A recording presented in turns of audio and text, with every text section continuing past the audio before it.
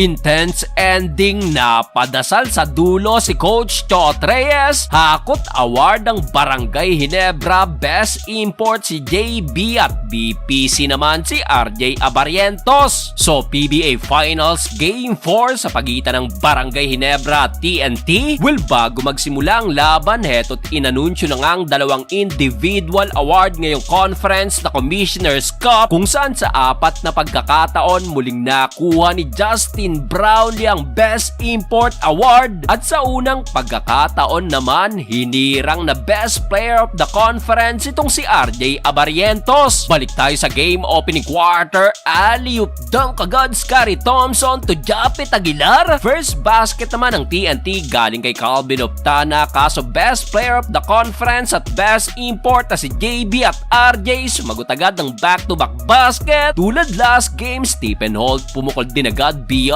the arc. Yun nga lang, nalibre naman si BGR sa kanyang 200 dunk. Magandang simula ni Brandon Rosser sa unang quarter na nagtala agad ng 7-point shooting 3 of 3 sa field. Kabaligtaran yan sa naging simula ni C-Mac Bokya, shooting 0 of 5 sa field. Best Import naman na si JB, nanguna rin agad sa Ginebra na nagtala din ng 7 points. Gandang pasa pa na to, JB to Rosario, and 16-21 up by 5 points ang Barangay Ginebra. Second quarter, sa wakas nakascore na rin si Chris McCullough at nasundan pa yan ng wing 3-pointer ni Jordan Heading to tie the game at all 21. Tulad ni C-Max, Scottie Thompson finally naitala na rin ang kanyang unang basket. Matapos yan, Justin Brownlee again, pinagpaglang ang depensa ni Calvin Optana, pero Jordan Heading napatake over this quarter. Buhat mode si Heading na meron ng 18-point shooting 7 of 10 sa field. Nakuha na sana ng TNT ang lamang, kaso RJ Abarientos biglang napa-step up na rin sa Ginebra na sumagot ng 7 straight points, including itong shake and bake. Highlights ang inabot sa kanya ni Ray ng Bata. Grabe yun, at dahil dyan muling nabawi ng Ginebra ang lamang, pero Jason Castro sumagot naman ng wing 3-pointer. Kaso ibang klase talaga tong si RJ. Tinapos ang unang quarter sa kanyang another 3-point shot with 17 points, 50-53 halftime. Start of the third quarter, bukod sa opensa, humasel agad si RJ Abarientos, bagsak ng isa ibang bola, pero good thing naman at nagresulta yan sa end 1 na to ni Japet Aguilar, kaso binara din agad dyan ng 3 naman na to ni RR Pogoy. Under 9 minutes, maling bolang binutata ni BGR, sapul sa ulo si Rosario, flagrant foul, penalty 1. Halfway mark na muling magparamdam si C-Mac at dito nakuha ulit ng TNT ang lamang 63-66.